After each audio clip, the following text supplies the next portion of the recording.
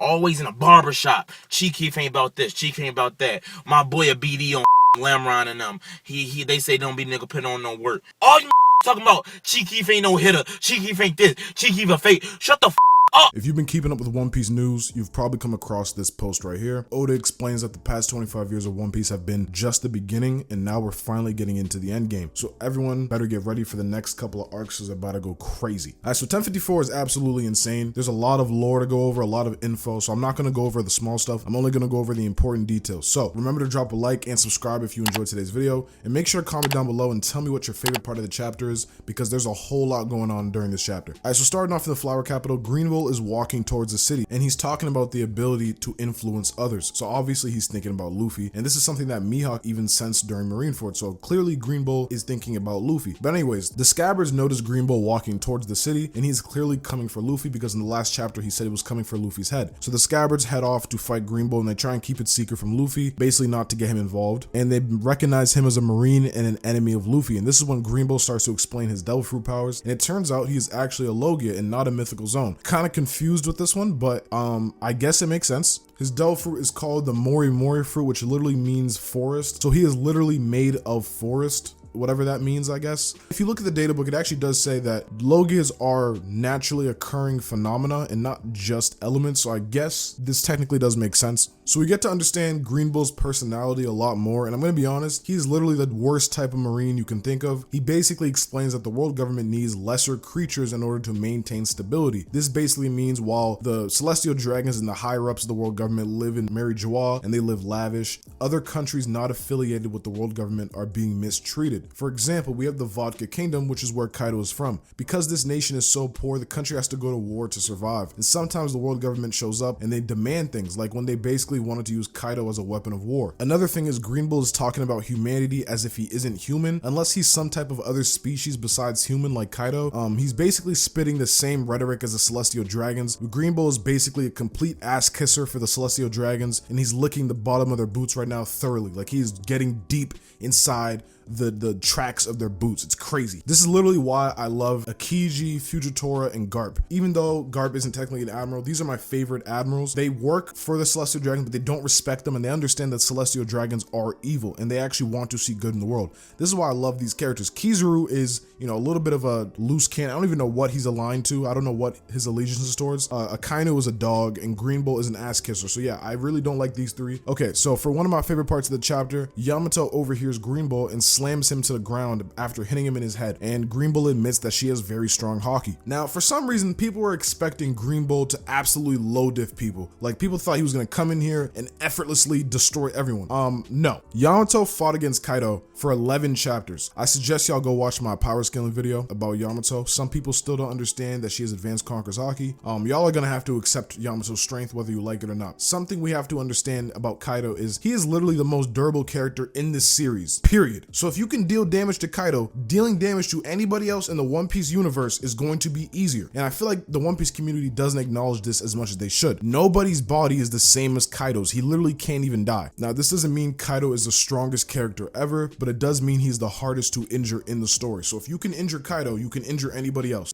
Yamato tells Greenbull that she is Kaido's son, and he is surprised by the news. And this is when the new shogun of Wano comes in with his dragon form, and he tries to use Kaido's boar breath, but obviously he's not strong enough for that. So Greenbull pretty much low dips Momonosuke as expected, and Yamato tries to help, but Momo actually does not let her. Okay, so this is just my assumption, but I think that Momo is trying to prove himself as like the true shogun of Wano. He doesn't want Yamato to interfere because he wants to be the one to protect his own home, right? So I understand where Momonosuke is coming from. This actually makes a lot of sense because Momo has been letting everyone fight his battles for him, so he probably wants to fight his own battle just like Kazuki Oden. But all jokes aside, he needs to get out the way and let Yamato handle this before he gets himself killed. I understand he feels powerless, but you're still technically 8 years old. Relax, champ. Okay. Shanks. How long has it been? Like 10 years? 15? Who's counting at this point? How long has it been since we've literally seen Shanks do anything, right? I think the last time we saw Shanks do some shit was in Whole Cake, and he was just reacting to a newspaper. He didn't really do shit, he was just reacting to something. So I don't think we've actually seen Shanks do anything since Marineford, which is like, oh no, I guess since the last time he talked to the Gorosei. I don't know if that was before or after Marineford, but whatever. The point is, we haven't seen Shanks in action since Marineford. That was the last time we actually got to see him do something, right? So he is finally here in Wano, right? And you know, there were so many theories talking about the Admirals are coming to Wano, Shanks is coming to Wano, and I didn't believe any of them, right? But now all of it's happening at the same time. So I'm gonna just shut up from now on, right? We gotta like slow this down, make sure everyone understands, because there's a lot of moving parts from this point on. There's a lot of things going on in this chapter. All right, so Shanks starts to think about the sacrifice he made for Luffy, and we see new members of Shanks' crew, and they're actually surprised that Shanks knows Luffy, because Luffy is considered a monkey monster to some people around the world. Luffy's name has spread far and wide, so it's good to see that Luffy actually scares even some of Shanks' crew members, because again, Luffy is now a Yonko, so like, we have to give Luffy his respect. Luffy has finally become a great pirate, and Shanks can finally acknowledge him as a great pirate, because this dude literally just took down Kaido, right? And Kaido, as far as we can tell, is the strongest character alive, right? And he just took him down with some help, but still, he took him down, right? So we can finally acknowledge Luffy as a great pirate. But unfortunately, Shanks has decided that him and his crew are not going to meet Luffy. And obviously his crew is very surprised by this, because Luffy is obviously a very great pirate, but Shanks decides to go fight Bartolomeo instead. Okay. Oh God. Okay, this is honestly Oda teasing us with Shanks for no reason. This is a cool cameo, right? But we don't need to see Shanks if we're not going to get to see him do anything. Oda is really dragging this Shanks mystery as far as he can. He is milking this thing. Like, Jesus Christ, do something, Shanks. Do something. Hell. Okay. All right, so Shanks does say he's going to start looking for the One Piece.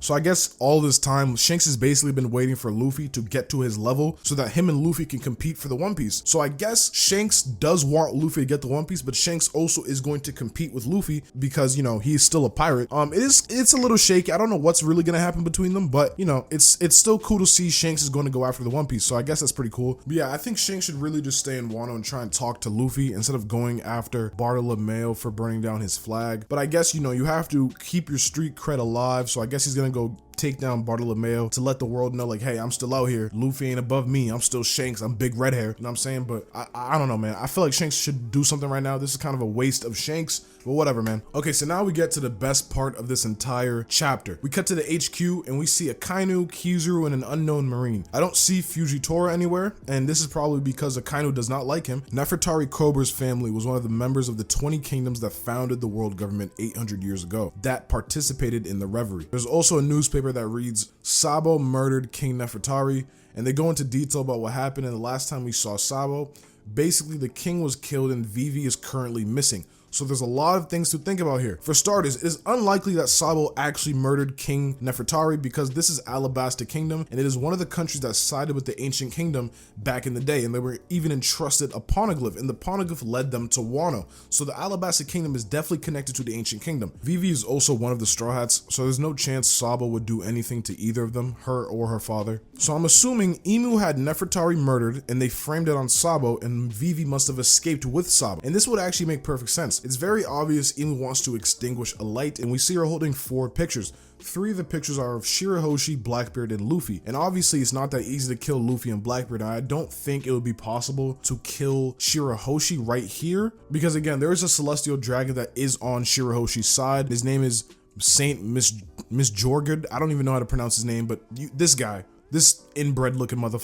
So it's very clear that since her father was killed, there is a chance that she tried to kill both of them. Sabo stopped it, escaped with Vivi, and Nefertari got murdered. So it's so easy to frame this on Sabo because Sabo's already here going crazy, going against Admirals with his men, right? So to the outside world, it's easily plausible that Sabo came here and murdered like one of the royals, right? That's in their mind, but they don't know what we know as the readers. It's very easy to frame this murder on Sabo. It would make perfect sense, right?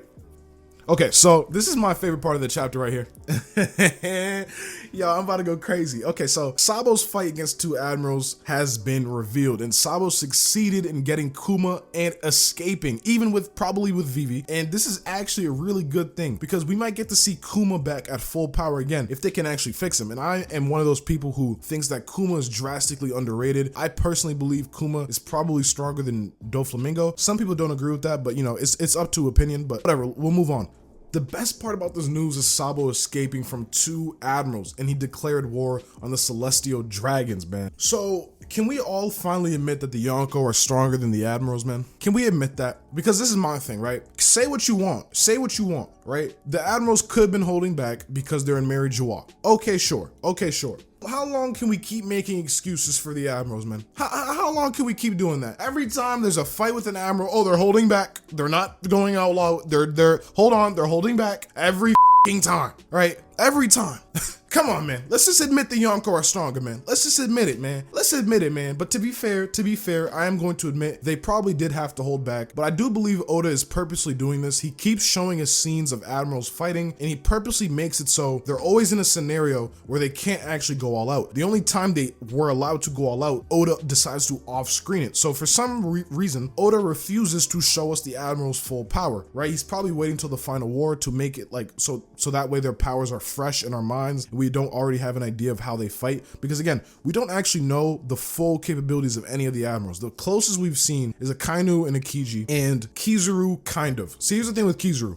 There's no chance that Kizaru can't do something similar to a Kainu and a Kiji, so I really don't believe, even against Rayleigh, that Kizaru was going all out. But it honestly doesn't matter. But I'm just waiting for one Emperor to fight one Admiral again, because during Marineford, right, I'm telling you guys, Oda is doing this on purpose. He knows what he's doing. He's basically trying to make us fight amongst ourselves while he never actually has to determine who is stronger. Because look, you go to Marineford, right?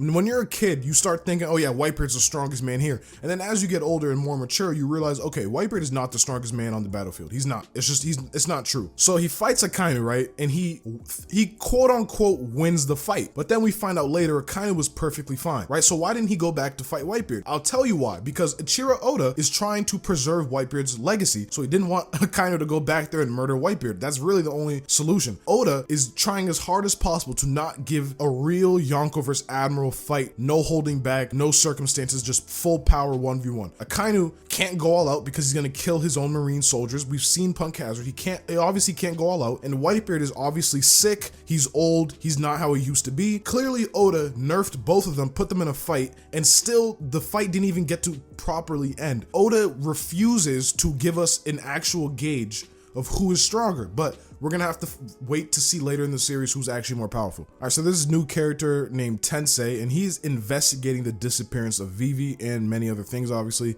He's the head of the investigation unit, and there's even more information that makes this situation even more insane. Okay, so basically there is a feud happening between Saint Charlos and Saint Majardsguard. I don't know how to say his name. Basically, Saint Charles is the guy that Luffy and Zoro almost murdered, and the other guy is the Celestial Dragon that helped Shirahoshi escape Charlos. Miss Jardagard, whatever his name is, let another suspect escape, right? And I'm assuming they're talking about Sabo, and basically there's a trial being held on the land of gods, which is obviously Mary Joie. And the Knights of Gods intervene during the trial, making things very complicated. So, okay, so these so-called Knights of God are going to be very important in the future. Many people theorize that Enel is a direct parallel to Imu, just like Crocodile is a direct parallel to Doflamingo. If we look back at Skypiea, we see Enel and his 4 priests, and this is actually very similar because a priest is basically a Knight of God. They go around and they preach the word of God and, you know, touch little boys from time to time. But anyways, the world now calls Sabo the Flame Emperor. So Oda is basically letting us know that Sabo is on Luffy's level, for real,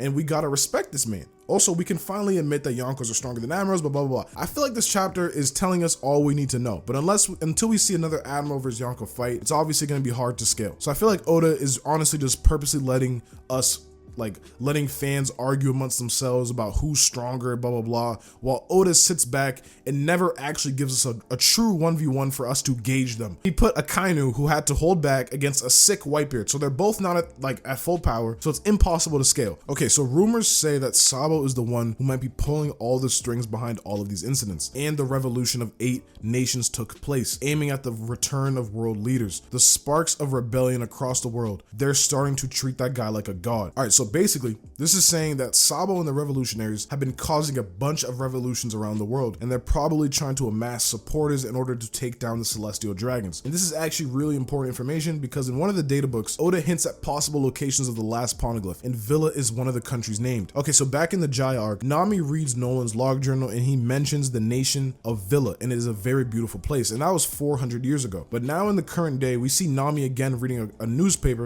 and it says that there's a coup d'etat happening in Villa. So basically, it's fair to assume the revolutionaries have been going around and taking down nations affiliated with the world government, possibly trying to build their forces. But anyways, the Marines explain Sabo has become just as popular as his brother Luffy, and probably even more popular than Dragon himself. So this is really just showing us how powerful Dragon really is. I think Dragon is probably about as strong as Prime Garp, or maybe even stronger. But what we do know for sure is that Dragon is definitely stronger than Sabo. So whatever Sabo does just adds more and more hype to Dragon in my opinion. And I cannot wait until we see Dragon in action, all of his new powers and stuff. I want to see his Devil Fruit so bad. But anyways, this chapter ends with Akainu in anger, and he is plotting to take down all pirates, which is never gonna happen because you suck. There's no break next week, so we will get another chapter for sure, but I'm gonna have to make a separate video discussing a bunch of these plot points because this is a lot of information to process. But this is all for today's chapter. Remember to drop a like down below if you enjoyed today's video, and tell me your favorite part of the chapter in the comments. I'll see you guys in the next one.